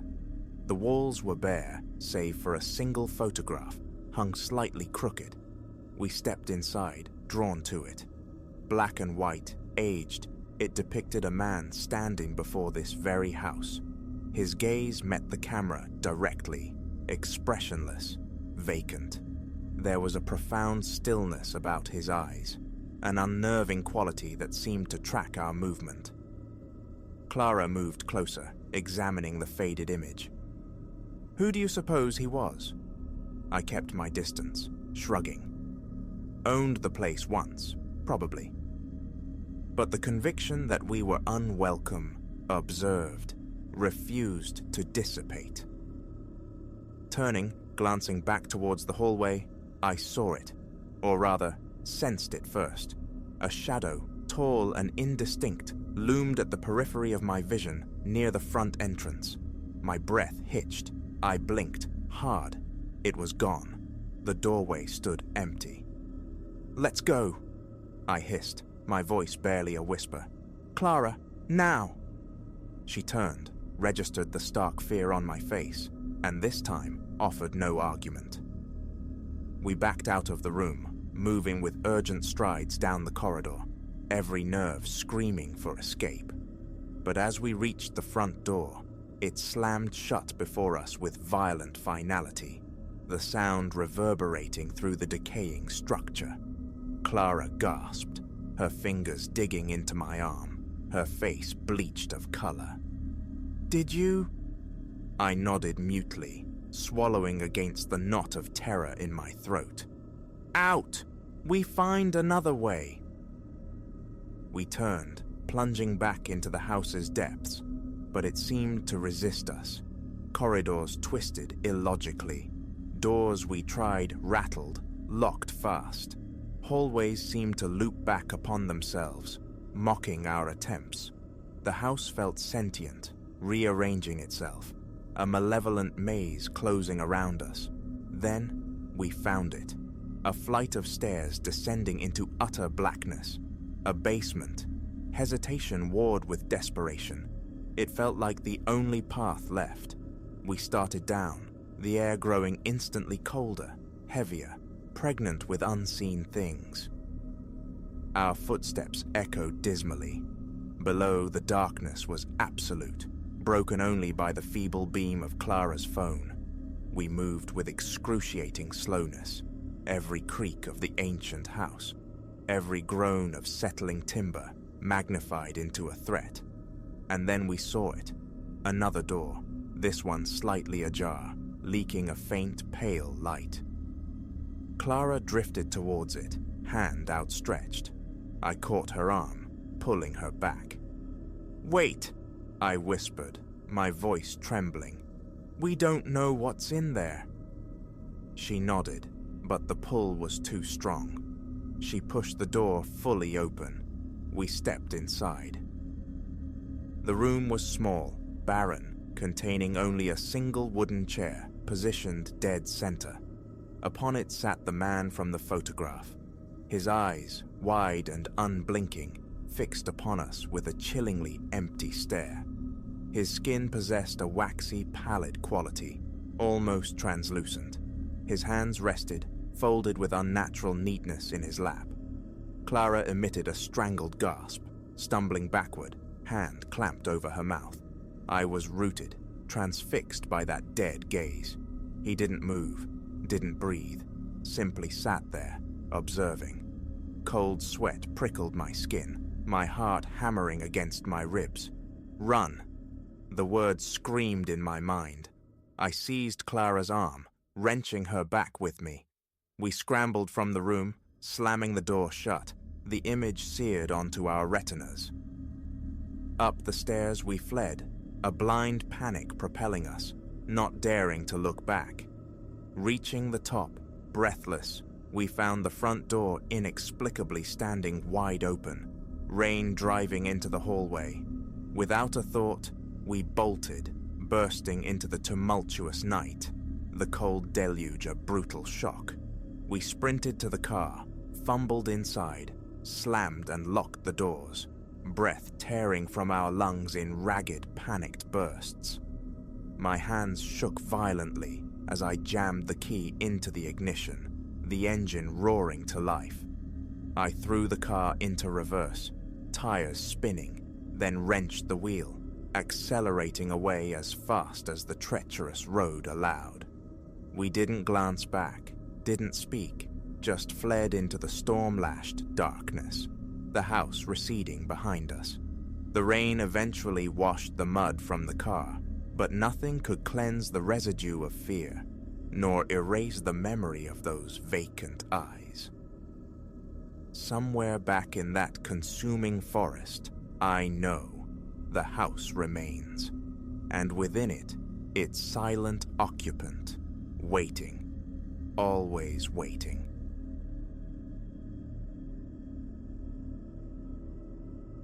The summons arrived via telephone, a somber request threading through the line nearly 2 weeks after Julian drew his last breath.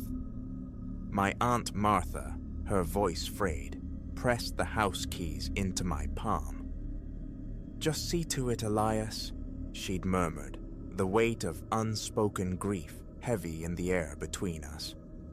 "We'll sort through what sells later." I nodded assent. Proximity had made me Julian's reluctant executor in our quiet hometown. No thrill accompanied the duty, merely the cold fact that no one else volunteered. A simple task, I told myself. Cleanse, contain, maintain focus. A chore. The profound disquiet that awaited me within those walls was as yet unimaginable. The front door yielded with a sigh, releasing a breath of stagnant air. Dust motes danced visibility in the slanted afternoon light, carrying the scent of settled particles and aged upholstery. Laminate flooring stretched through the living space, reflecting the weak illumination filtered by sheer, indifferent curtains. I navigated towards the kitchen, a compact formica table, sentinel chairs, a scattering of unrinsed cups gleaming dully in the sink basin. Julian had charted a solitary existence. Chaos wasn't anticipated, yet stray objects dotted the landscape, a testament to interrupted routines. Near the refrigerator, a film of grime coated the countertop. Mechanically, I found a cloth, erased the mark, the gesture automatic, thoughtless. That initial day bled away in the mundane triage of the living room and kitchen, mountains of circulars, final demands, scribbled reminders left on the tabletop. I sifted through the detritus of a life abruptly paused. As twilight began to bleed across the sky, I turned towards the bedroom where he'd slept. It was a single-story dwelling, but his room felt sequestered at the far end, adjacent to a glass-paned door accessing the backyard, an annex of privacy. Crossing the threshold, an invisible wave struck me, the distinct, familiar tang of his cologne, Julian's signature scent. I halted, senses alert, scanning for its origin. His closet stood mostly void, emptied by prior familial interventions. A dresser drawer gaped open, revealing nothing but orphaned socks. Perhaps, I reasoned, the fragrance had merely permeated the drywall, the linens. A mental shrug, and I pressed onward. Before departing that evening, an inexplicable compulsion drew me to the backyard door. The lock held firm, the metal knob radiating an unexpected cold beneath my fingers. Through the glass, the yard lay submerged in shadow, a skeletal clothesline, a congregation of desiccated potted plants. A tremor ran through me, incongruous with the mild night air. I extinguished the bedroom light, the click echoing slightly, and secured the house behind me. Days later, armed with cardboard cartons and sealing tape, I returned, resolve hardened. The mission? Conquer the living room remnants, then breach the bedroom's lingering hold. Enter, execute, escape by mid-afternoon. That was the strategy. By late morning, several boxes stood sealed, containing the bound narratives of his books, the plastic shells of old films, the captured moments within photo albums. The bedroom, however, remained a psychic snag. That phantom cologne persisted, an olfactory ghost ambushing me without pattern. One moment, nothing. The next, a potent, invisible cloud engulfing me, only to dissipate with baffling speed. Around noon, I stood mid-room, a half-filled box cradled in my arms, cataloging the remaining clutter. A sudden, sharp slam erupted behind me. My shoulders jumped, muscles seizing. I pivoted. The backyard door vibrated faintly, its knob executing a brief, frantic rattle as if struck from the exterior. Setting the box down with deliberate care, I hurried over, pressing my ear flat against the cool wood. Silence, save for the frantic percussion of my own pulse against my eardrum. With a surge of adrenaline, I wrenched the door open. Emptiness greeted me. The same desolate yard, the motionless clothesline. No breeze stirred the air. My nerves frayed thin after that. I immersed myself in frantic activity, seeking solace in motion. A draft, I insisted silently, a quirk of the hinges, though the windows remained shut, the air utterly still. Ignoring the tremor in my hands, I taped another box shut, ferried it to the growing stack in the living room. A second sweep of the kitchen commenced, a search for overlooked keepsakes amongst utilitarian pots and plates. My gaze kept straying towards the bedroom passageway, anticipating another sonic assault, another inexplicable event. As dusk painted the windows violet, I locked up tight and retreated home. Sleep offered little refuge.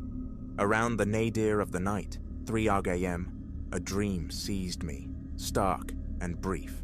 Julian stood beside the open closet in his bedroom. His eyes met mine across the imagined space. "Take care in there," he advised, his voice quiet but clear. "Watch yourself." I jolted awake, heart hammering against my ribs, my t-shirt clinging with cold perspiration. My breathing was shallow, ragged, a knot tightened low in my stomach. Stress, I told myself fiercely, just the grim weight of handling his possessions. Yet I lay awake for an hour or more, his spectral warning echoing in the dark.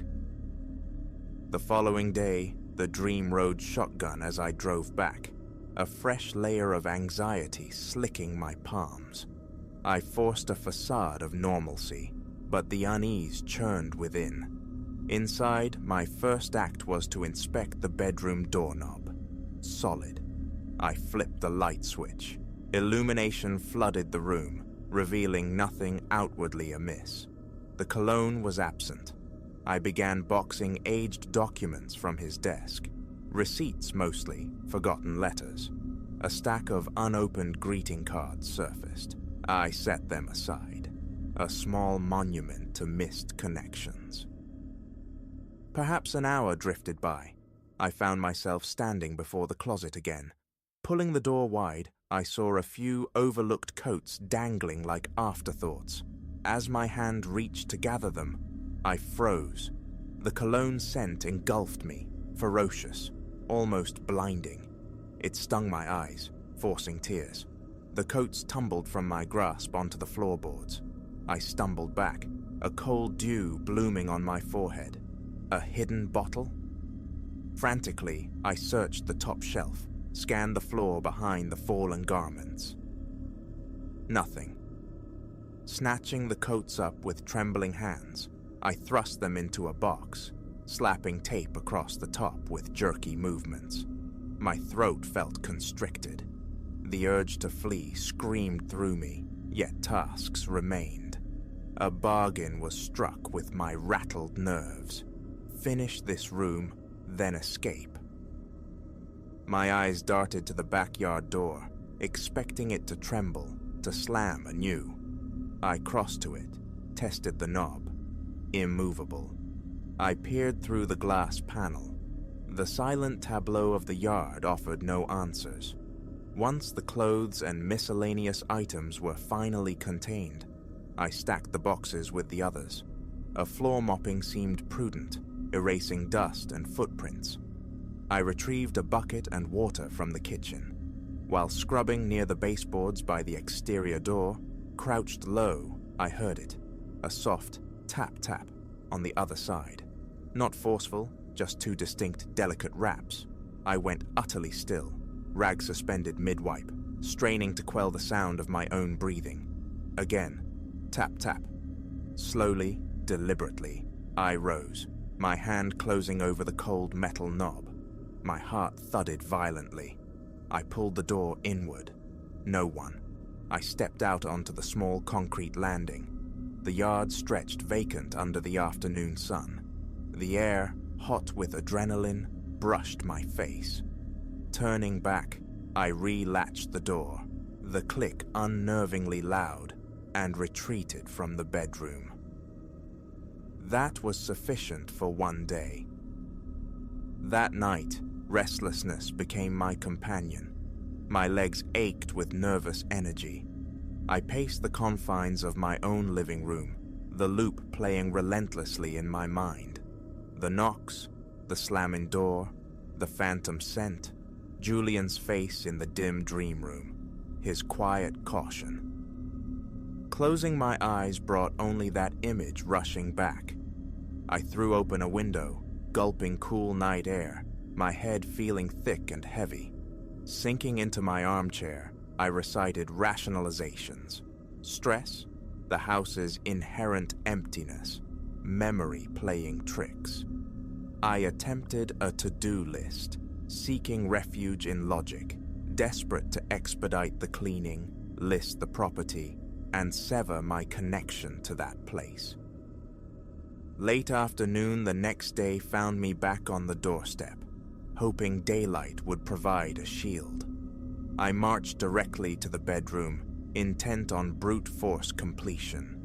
The instant my fingers flicked the switch, the overhead bulb popped with a sharp crack, plunging the room into shadow. I startled violently.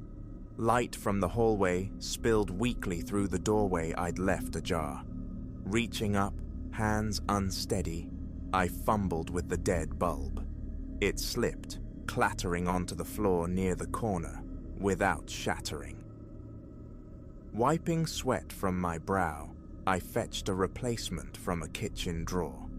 The new bulb ignited properly, casting a sterile glow, but the unease lingered, a low hum beneath my skin.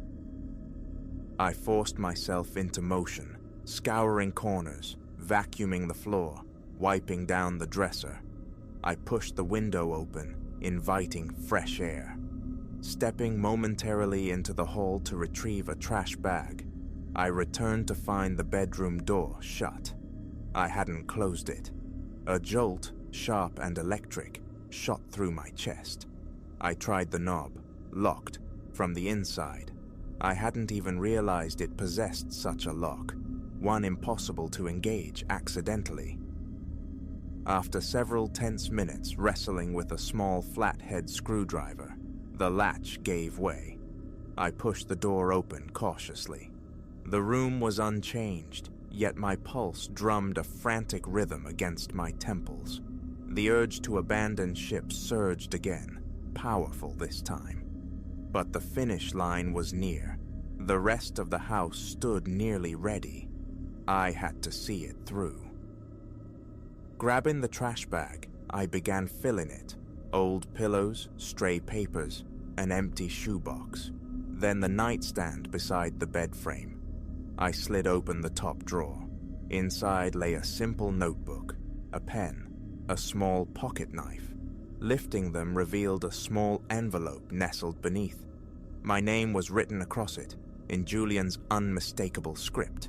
I froze, the air thickening in my lungs. Turning it over, I saw it wasn't sealed, just tucked away, deliberate.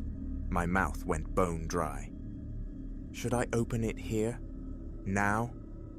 Slipping it into my jacket pocket, I resolved to read it in the safety of my own home. I concluded the cleaning rituals, hauled out the final bag of refuse, meticulously locked every window and door. Standing on the pavement, I gazed back at the house, its windows like vacant eyes.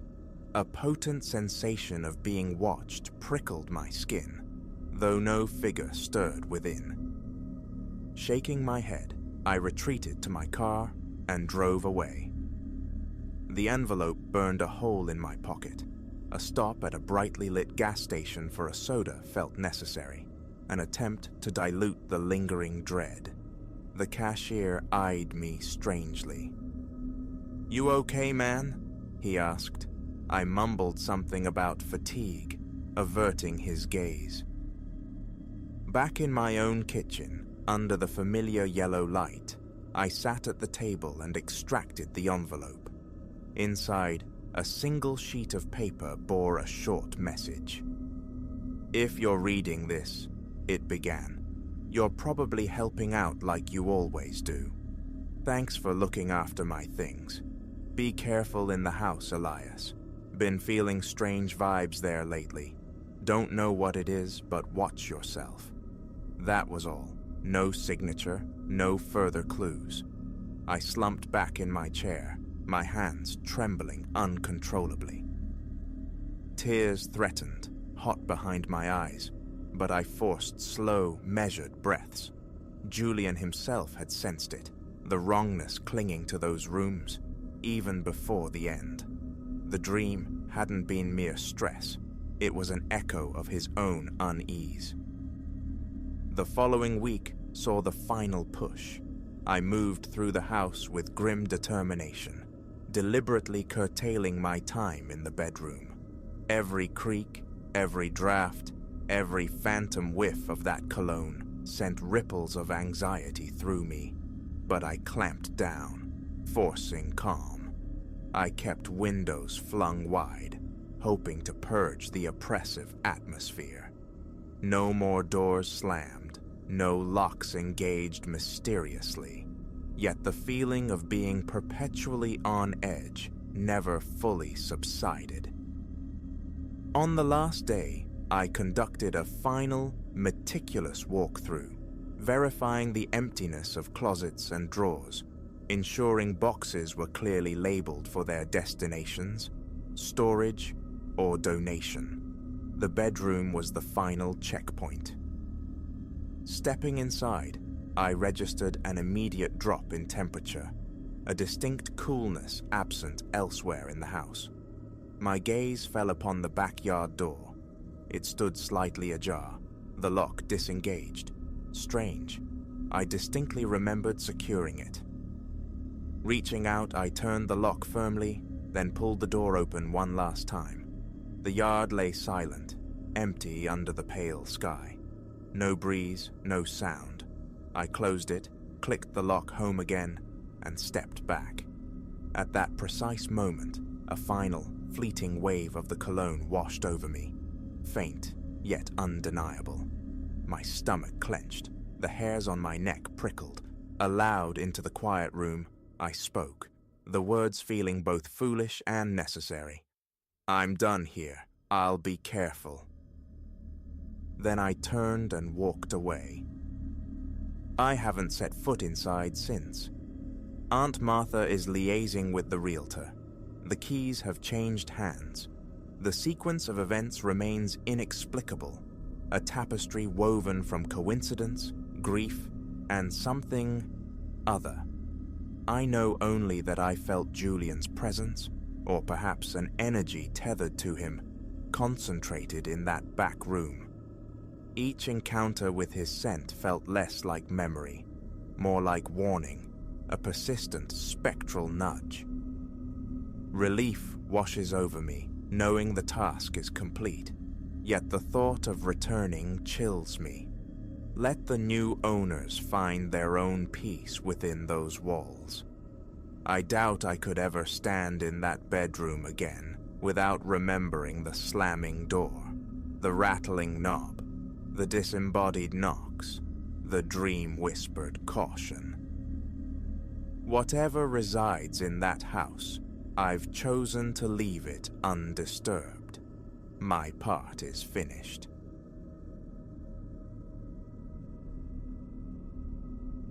Thrice the flint sparked against steel before yielding a hesitant flame, a tiny ember battling the encroaching twilight. Leo and I, confederates in clandestine ritual, had haunted this field behind the derelict Blackwood estate for months now. Our sanctuary, it lay veiled from the road, yet tethered loosely to the familiar world, a pocket of perceived safety. Until this evening. "Hey, you getting that vibe?" Leo's voice, usually laconic, held a serrated edge entirely new to me. We occupied our customary perch, a fallen log worn smooth by time and secrets, the night air fragrant with cut hay drifting from adjacent farms. But the familiar sweetness was tainted. A peculiar density had infiltrated the atmosphere, a static charge that raised the hairs on my forearms. Vibe? What vibe? The question felt hollow even as I uttered it. A nascent dread had already taken root. It was the primal awareness of unseen eyes that crawled between the shoulder blades confirming surveillance. Slowly, deliberately, I pivoted, my gaze sweeping the dense tree line bordering the expanse. And there it was, an upright form, utterly immobile amidst the oak shadows, discernible as humanoid, yet too distant for definition. A phantom born of failing light, perhaps? One of those optical illusions the gloaming conjures until vision adjusts. "Someone's there," Leo breathed, his shoulder a sudden tense pressure against mine. "By the big oak." The shape remained steadfast, soundless, an effigy fixed 50 yards off, simply observing. My hand lifted in a tentative, almost involuntary wave, a desperate appeal to normalcy. "Hello?" My voice sounded thin, swallowed by the vast stillness.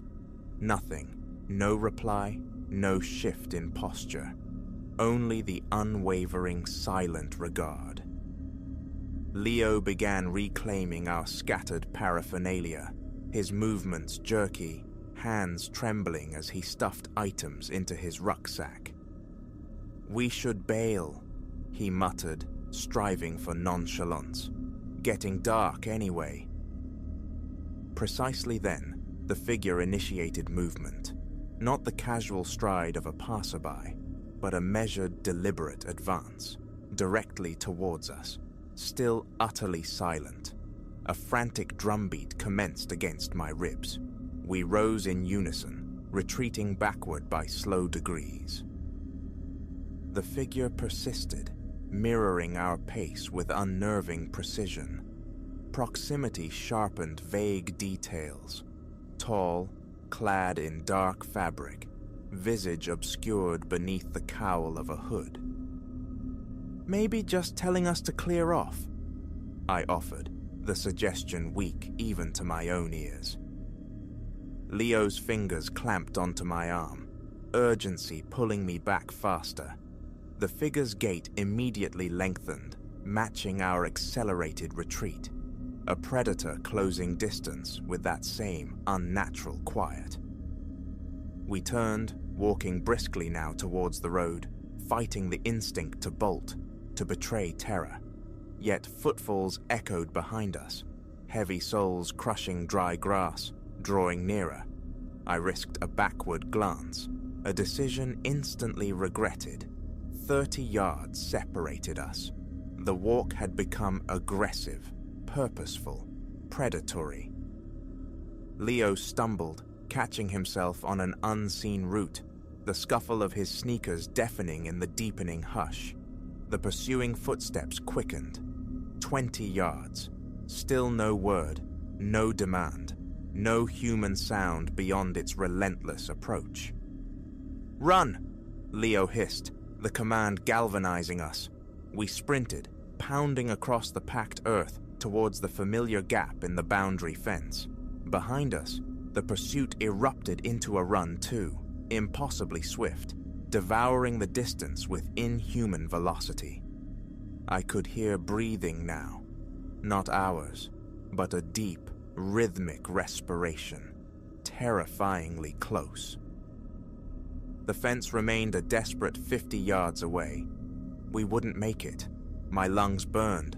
Leo flagged beside me. Then salvation blazed across the field. Headlights, a car traversing the road ahead. Gratitude surged, raw and overwhelming.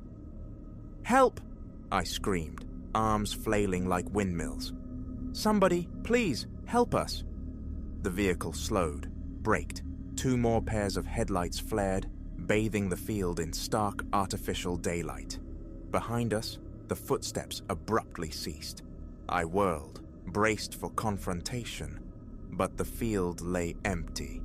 Our pursuer had dissolved, vanished as though conjured from shadow and returned to it.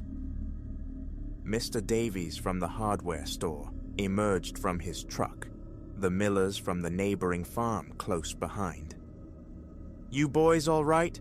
he called, jogging towards our heaving forms. "Heard shouting." Between ragged gasps, we spilled the story. The figure, the chase, the suffocating silence. Flashlight beams probed the darkness, finding nothing. No alien footprints marred the ground, only our own frantic tracks. No sign anyone else had trespassed. The police arrived, recorded our fractured accounts, conducted a more thorough sweep. They uncovered evidence of others, certainly.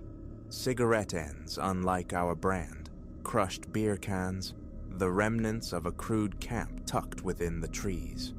Our secret spot, it transpired, was less secret than we'd believed. Sleep refused me that night. I plunged into online archives, seeking some history of the Blackwood property, some tragedy or dark lore to contextualize the terror. Nothing. Only prosaic accounts of generations tilling the soil until the final descendant relocated south 3 years prior. The field thereafter shed its anonymity. The town erected security cameras, installed brighter lighting. Police patrols intensified. Our harrowing encounter became a cautionary tale whispered by parents to wandering adolescents. Leo and I found a new haunt, the brightly lit picnic grounds behind the community center. Occasionally, we revisit that night in conversation, attempting to impose logic on the inexplicable.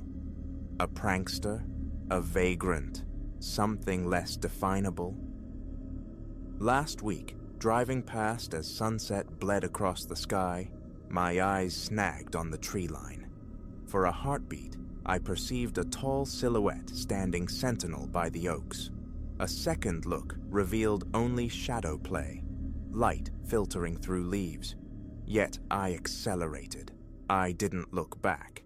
The experience reshaped us, instilling not just caution, but a profound awareness of the veil between the known and the unknown. We learned vigilance.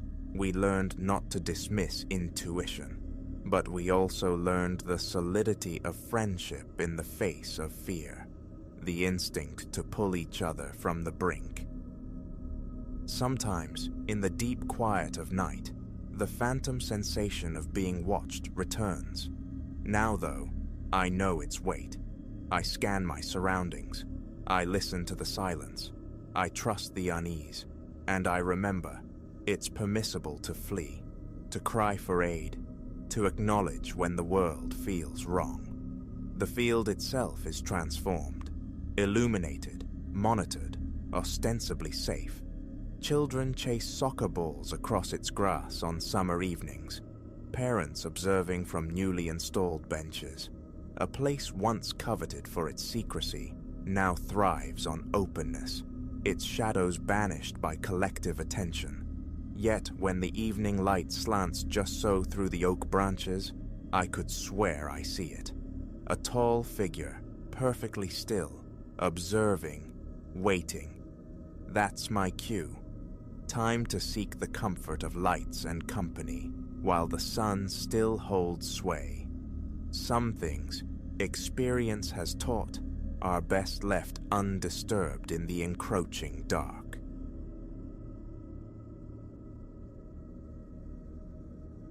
Etched deep, the arboreal sigils thrummed, an arcane vibration against the bark, pulling me off familiar ground and into the forest's secretive heart.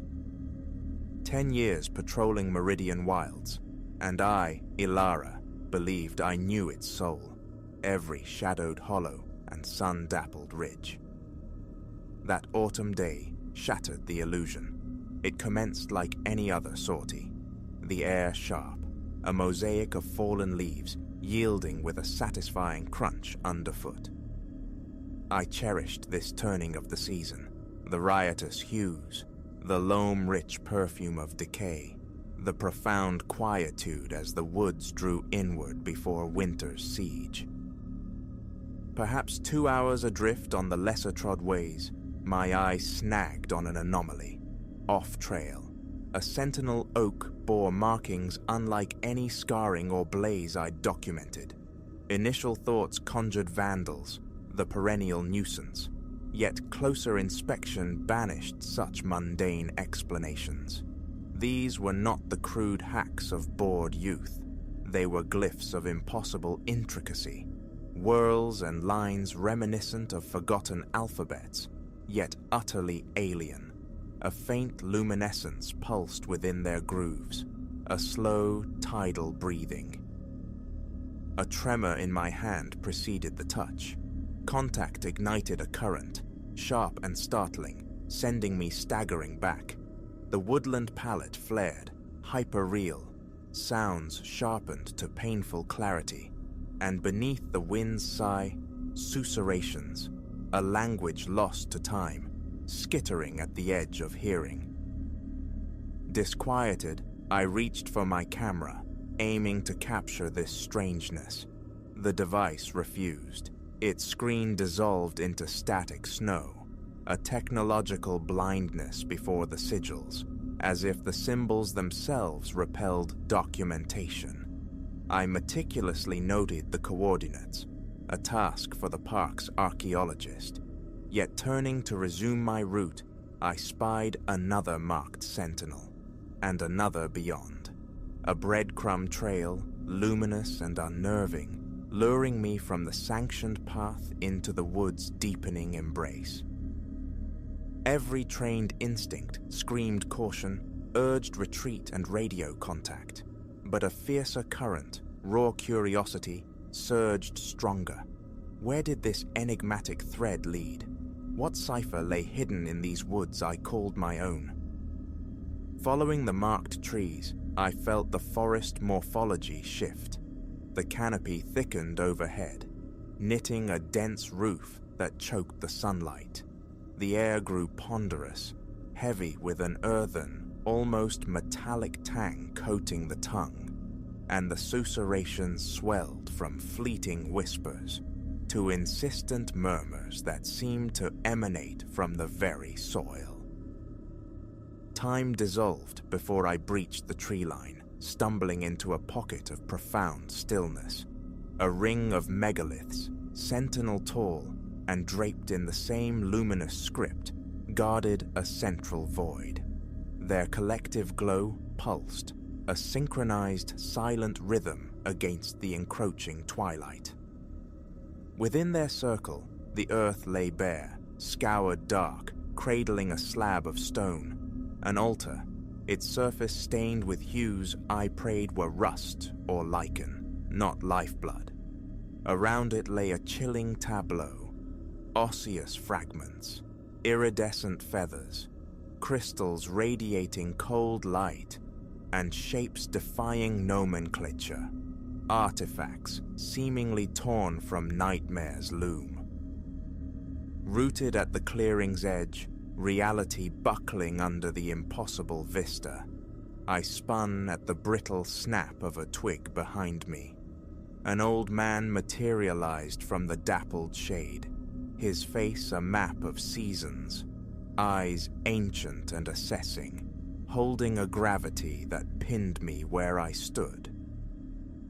"You trespass," his voice, a dry rasp of leaves against stone. "This sanctuary is not for your wandering." Before retort formed, silhouettes bled from the surrounding woods, figures swathed in shadow-dark robes, hoods concealing countenances, their movements unnervingly fluid as they formed a loose cordon, encircling the elder and myself. "What is this place?" The tremor in my voice betrayed the professional calm I strove for. "Who are you people?" A flicker of something unreadable, perhaps pity, crossed the elder's face. "We are the Keepers," he stated, his tone low but resonant. "We tend the roots of the world, the old resonance lingering in these deep places." Resonance? Magic? The word felt absurd, alien on my tongue. A smile, devoid of mirth, touched his lips. "The world holds more truths than your maps reveal, Ranger. Far more." As if to punctuate his words, he gestured, a simple lift of the hand, and the megaliths blazed. The light became searing. The whispers erupted into a polyphonic chant that vibrated in my bones, and the very ground thrummed beneath my boots. Panic clawed, raw and primal. Escape routes vanished behind the impassive wall of cloaked figures. They stood, silent sentinels between me and the world I understood. "A threshold stands before you." The elder's voice sliced through the burgeoning cacophony. "You can join us, learn the hidden grammar of existence, become woven into the pattern." He paused, letting the silence stretch. "Or..." The unspoken alternative hung heavy, thick with menace. My gaze darted wildly, seeking purchase, an exit, a flaw in their silent formation. Trapped. Why me? A desperate bid for time, for logic in the illogical. Why lead me here? "The wildwood guided your steps," intoned a voice from within a deep cowl, eerily sexless, resonant. "It senses an affinity within you." I shook my head, denial warring with a strange, burgeoning fascination. "This is madness. I track trails, I catalog flora, I don't commune with whatever this is. There must be a mistake. The elder drew nearer, his gaze pinning me, ancient and unwavering. There are no stray paths in these woods, Ilara. No mistakes in such matters. Your arrival is intention. The only question remaining is, will you answer the call? As he spoke, the energy in the clearing coiled tighter, palpable, electric. The glowing glyphs pulsed faster, the chanting intensified, and the air itself felt compressed, waiting. Fear screamed retreat, back to reports and routines, and the comforting solidity of the known. Yet a nascent self, unrecognized until this moment, thrilled to the precipice of the unknown, curious about the arcane truths these keepers guarded, the power they hinted at. If I agree, I ventured, the words tasting foreign, uncertain. What then? A genuine warmth finally creased the elder's weathered features, transforming his face. Then your true initiation begins. You will perceive wonders that beggar imagination, learn secrets whispered only by the wind and stone. But heed this, the way is arduous, demanding sacrifice. I drew a breath, deep and steadying, weighing worlds in that suspended moment. Flight felt futile, disbelief a fragile shield already cracking. Acceptance, terrifying in its implications, yet undeniably alluring. In that impossible space, ringed by ancient stones and shadowed guardians, I chose. I will. The words emerged, steadier than the frantic pulse beneath my ribs. Teach me. He nodded, a grave, solemn acceptance. Then let it begin. What followed defies linear telling, eludes simple description. The keeper's chants spiraled, weaving with the arboreal voices into a complex sonic tapestry. Light erupted from the stones, engulfing me, a torrent of pure sensation, agony and ecstasy impossibly entwined, a dissolution and reformation occurring in the space of a single shattering heartbeat.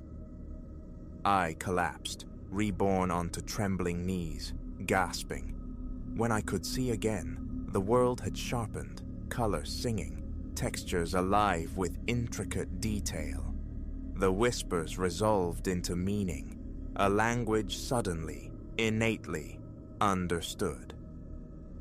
The elder gently helped me to my feet, a look akin to pride softening his ancient eyes. "Welcome, initiate," he said, his voice imbued with a new warmth. "Your true path unfolds now." As the cloaked keepers drew me into their circle, a silent, solemn welcome passing between us, I cast one final glance back towards the trail that had delivered me to this threshold. Ilara, the park ranger, felt like a shed skin, a story read long ago, belonging to someone else. What trials awaited, what powers might bloom within me, what secrets lay buried even deeper in this ancient wood, remained veiled. Yet a profound certainty settled within me. Nothing would ever be as it was. The wildwood had claimed me, and I, in turn, had answered its call. Deeper still, we walked, leaving the mundane world receding like a distant shoreline. How many other such hidden thresholds lay scattered across the wild places, I mused. How many other unsuspecting lives might pivot irrevocably on a single stray step into the profound? The forest, it was terrifyingly clear, held infinite secrets, and now I was becoming one of them.